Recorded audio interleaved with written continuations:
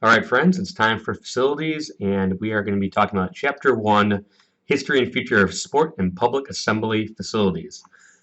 So, although this textbook is very much nuts and bolts and gives us a great deal of technical information that will be useful for anyone interested in a career in facilities, this chapter really talks about a bit of a historical perspective and then talks about the future of public assembly facilities. So it gives us some good perspective. So let's start off by asking, what do you think is the oldest sport facility in existence? Well, that probably depends on your definition of a sports facility. And you might have some follow-up questions, such as, is there seating that's required? Or what type of playing surface? Or does it need to accommodate a specific sport? Or can it accommodate a variety of sports? So let's talk about what is a sports facility. Well, a public assembly facility or a sports facility is an enclosed building that's built that intended to be a location or arranged to be a location for sports to be played. And it's often going to be a building, this facility, where individuals known as spectators can sit and view the game or the festivities slash event. Now, there's different types of public accommodation facilities, and the public accommodation facility is just a facility where large groups of people come together and watch whatever is going on. So a stadium is a public assembly facility, and it is used usually for outdoor sports events. So the picture we have here is of MetLife Stadium, a relatively new stadium that currently houses the New York Giants as well as the New York Jets, and it is a multi-use stadium. It hosts not just football but also concerts and can be configured to cover to host other events. Hopefully that fit the outdoor variety. Now a stadium is similar in it's a public assembly facility, but it's used for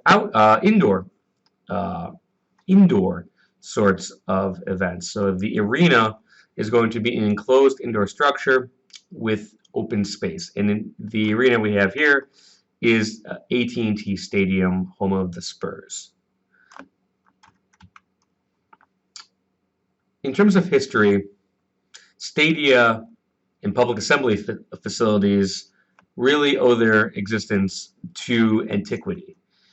And that's why if you're talking about the most important sports facility of all time, you really have to think about what time period are we talking about? Ancient times, modern times?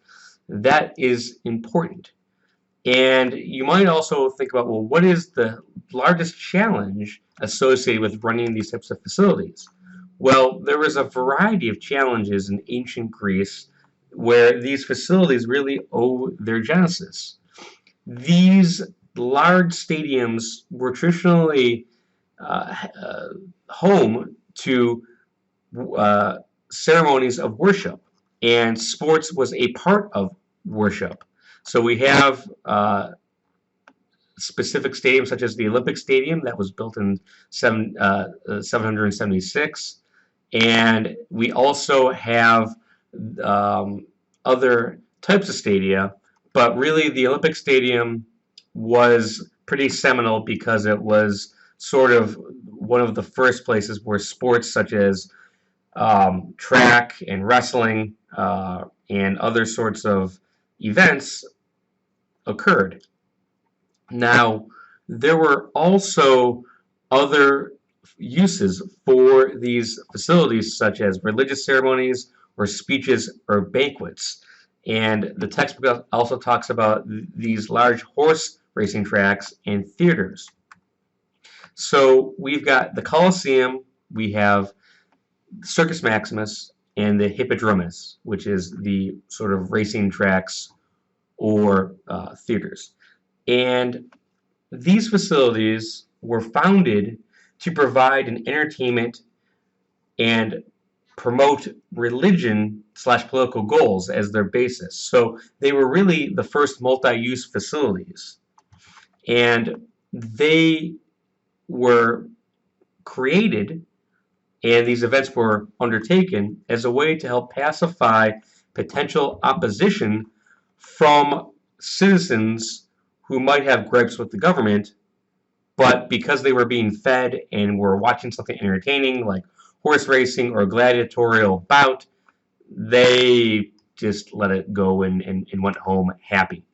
So probably one of the most famous public assembly facilities, one of the first, was the Colosseum. And it was really known for its colossal size. People it was estimated that it had a seating capacity of about 50,000 people, and the Colosseum, people were sat according to social class and their sex, and a ticketing system, which was pretty advanced for the day, was used to assist with that.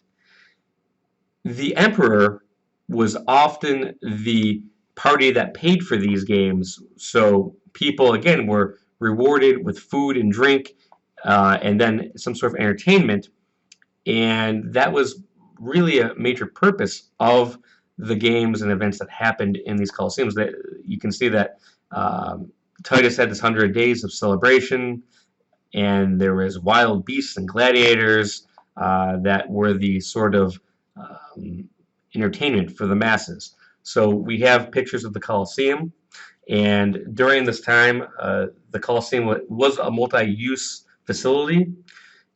It could be used for things in addition to gladiatorial games. It could be used for festivals, for religious ceremonies. It could keep animals, and it could be flooded to simulate naval battles. Food was served. There's promotional events, and then, as the text mentions, there was also somewhat not on the level activities like gambling or other services that might have been looked down upon by society that were also a part of these festivities. Then we had Circus Maximus, and this is really a racetrack. And in addition to horse racing, spectators could see chariot races, hunting, or mock battles. And it was built during the 6th century BC, and estimates say it seated between 150,000 to 300,000 individuals. The facility was destroyed twice because it was built out of wood, and so fire led to its destruction. And as well, there was occasions where there was collapses in the stands, which led to people losing their lives. However, although it had these weaknesses, Circus Maximus also featured reserved seating in skyboxes, some elements that we see in modern sport facilities and public assembly facilities today. So they were a bit ahead of their time.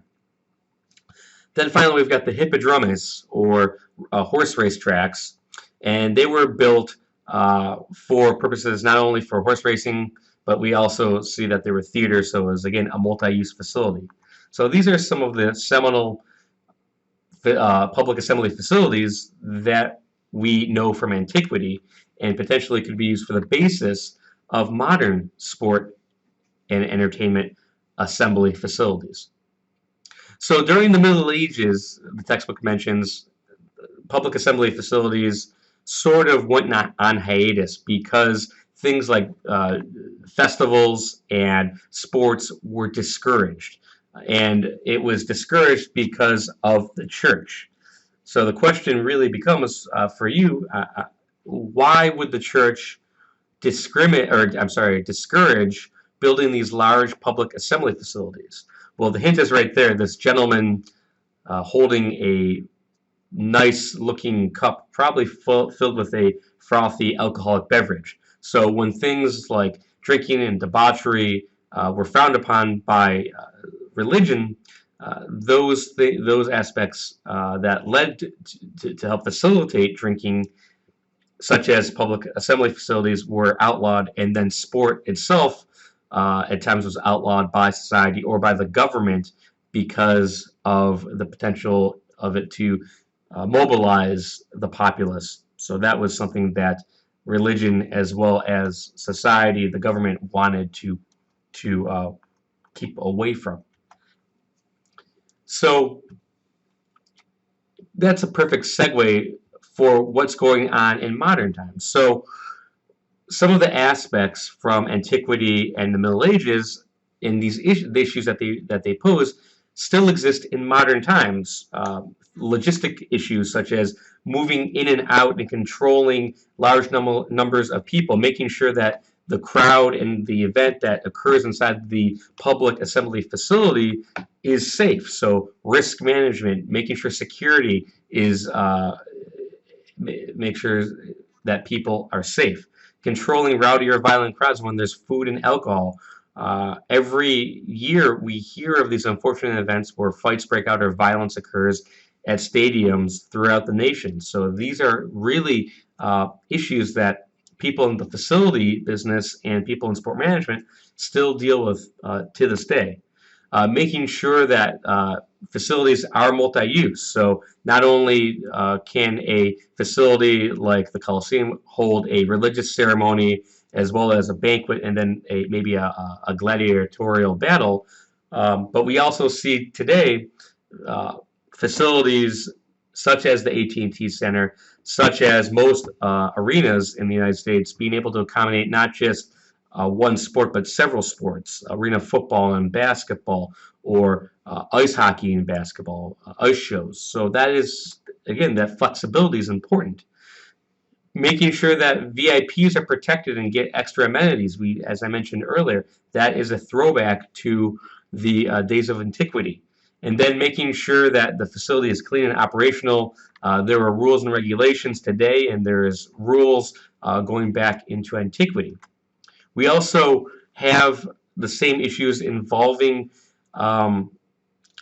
amenities, but now the amenities are not just for people who pay to attend the event, so food and drink and promotional events, but now there's differences involving, well, how do we accommodate the press or make sure that the spectators have appropriate internet access for their smartphones. That was not an issue for those in antiquity.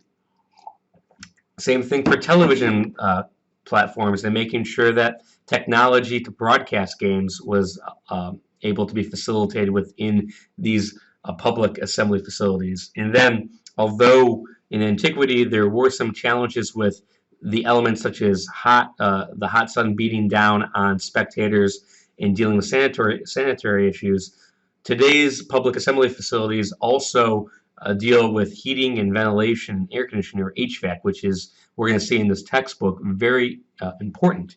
And of course, things like naming rights and advertising are really ubiquitous, commonplace within sport facilities, but that really wasn't an issue within the facilities of old. So we also have a few more issues, parking concerns, making sure that there's enough inventory to feed over 100,000 fans, because most of these public assembly facilities from antiquity were probably a bit smaller. And then also dealing with the legal issues that arise with zoning and public accommodation and of that nature. So after the 1800s, and once religious tolerance came into being and these restrictions were relaxed, we saw sort of a renaissance involving public assembly facilities, and that was professional and collegiate sport helped to facilitate that. So we see in the 1900s the creation of college stadiums, and a little bit before that, professional stadiums. And really, the reason for that, in terms of where these facilities were built, because they were usually built in large population centers, certainly for professional sports, and in downtown Boston, in large population areas of New York, in Detroit, in Chicago, and we see these facilities being built out of wood and things that are a little bit dangerous, posed risks for the population, but they were beautiful sort of cathedrals. sort of an homage to religion. But they were built in these centrally located population centers because, remember, back during this time frame, not much of the population had access to vehicles like automobiles. In fact, during this time, horse-drawn carriages or maybe even walking was the norm. So we needed to make sure that these facilities were going to be accessible to people where they lived, usually in downtown. So we see irregular sort of patterns for construction, also irregular materials, the wood and flammable materials. But then we saw later in time these facilities being made of steel and concrete and more robust and safer materials. So this is a bit of an evolution. Of course, we see similar trends within collegiate sport as well. So sort of a mirroring of these trends. Then we had a time from the 1960s to the 1980s where we saw the mass production of these dome multi-use facilities, these donuts that they were called. And then after that period of time, since the 1980s, there was a call for renovating or building new facilities. And we saw this sort of this trend where sports stadia would be constructed under the threat of what? What do you folks think during the 1980s up until the early 2000s did we see this? What was the reason for this proliferation of new stadia? Well, I'll tell you. It was under many of these cities were being threatened with relocation. That the team owners would say, "We're going to relocate to another city who's going to give us money to build that new stadium." So they're going to get pretty much public funds to build new stadia. And many of these cities where these teams were located and these stadiums were located caved under that pressure.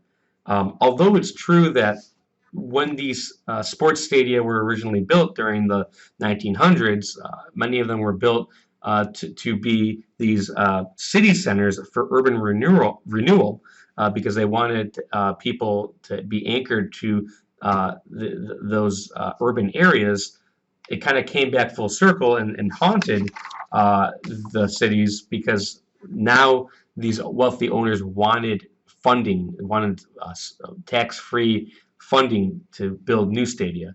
So that's really what was the reason for that boom. Nowadays, there's been a bit of a temperament on the public's appetite for providing tax dollars for new stadia, and we're seeing it with many teams now threatening to move, but not getting that. The cities are not capitulating, and some teams are moving to new locations, but not with the promise to build new facilities because new facilities are incredibly expensive, in the multi-billions of dollars even. And when we're talking about that amount of money that is looking to be financed with public funds, the question becomes whether or not that money would be better spent elsewhere.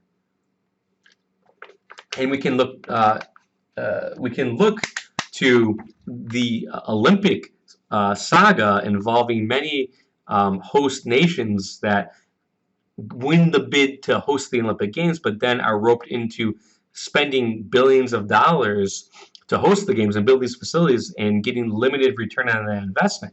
So we've seen a trend of an increasing amount of costs, significant costs for the construction of new facilities. So in Sydney 2000, in the Sydney Games in 2000, the Olympic bid cost about $3.3 billion for facilities. But then in 2004, that cost jumped to $11.6 billion. And if you look at some of the videos that are posted along with this unit folder, you'll see a video on the fate of many of these Olympic venues in Athens, and that the cost of these facilities really has it's been unduly burdensome, and these facilities are no longer really being used, and so it's a drag. It was a poor use of funds. But now in 2008, only 4 years later, after the 2004 Athens Olympics, we had the Beijing Olympics, and those skyrocketed to $42 billion when infrastructure costs are included. $42 billion. And some of those facilities in China and Beijing suffered a similar fate. And then we jump to the 2014 Sochi Winter Games in Russia, and the Russian Federation spent $51 billion. So do you see a trend going from $3.3 billion in 2000 to $51 billion in 2014? So the question becomes, what is the appropriate amount of money to spend on these Olympic Games, and to justify that? And what do you think would be the appropriate amount of money for the 2020 Olympic Games in Tokyo, Japan to spend? So maybe think about that and sort of the return on investment. So moving forward, as we kind of close out this chapter, we're going to be looking at some of the trends that will affect future sport facilities, because although we talked about the history and the purpose of these facilities, sort of religious ceremonies, political ceremonies, entertainment of the masses, where are we headed in the future? Are they going, in the 1900s, the birth of modern sport facilities, those were housed in urban locations to help with anchoring the population of those urban centers.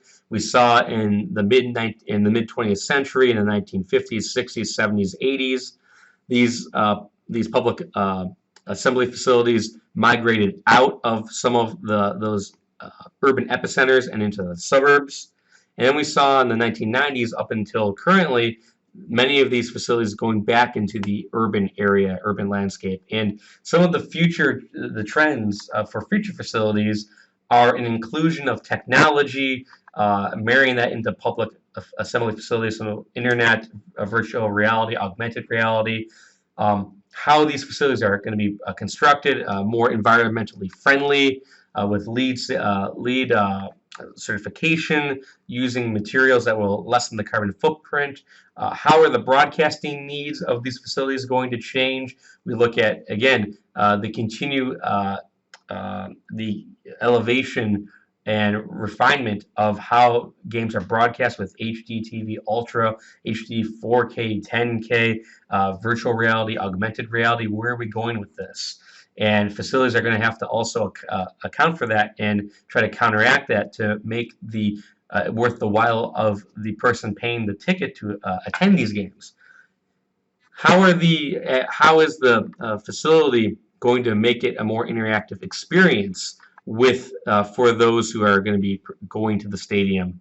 And if you watch one of the videos that have been posted with this unit, it predicts the future of sport or public assembly facilities, and they talk about how the facility will be more dynamic. It will not only be installed into the landscape of a city and have buildings attached to it that are part of the local population, local businesses, but the facility will actually be able to transform into a larger facility to accommodate these games, but then scale back down and again take an active role in the daily life of those who live in these cities. And I think that's just a fantastically intriguing thought of where these facilities might go. So I would ask you folks to think about what other trends might be out there, or what do you think about the potential for facilities to increase and decrease in size and shape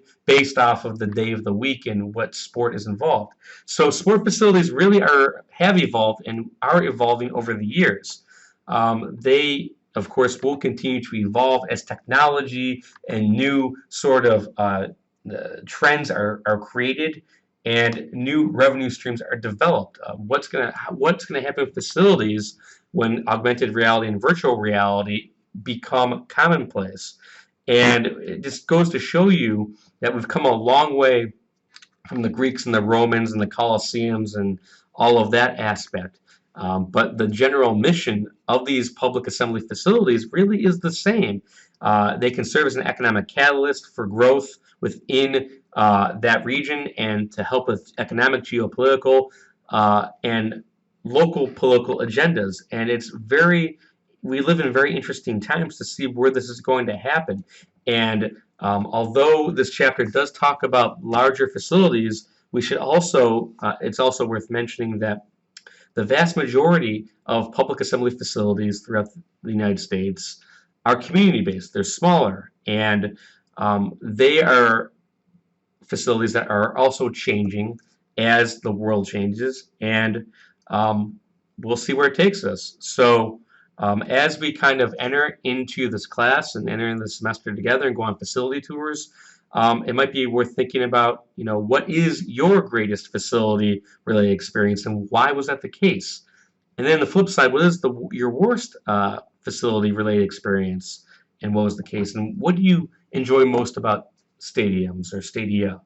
So hopefully that gives you a brief introduction of the history, kind of current where we are, and the future of sport stadia. And I look forward to having a fantastic semester with you folks and learning a lot and going on these facility tours with you. Have a great day.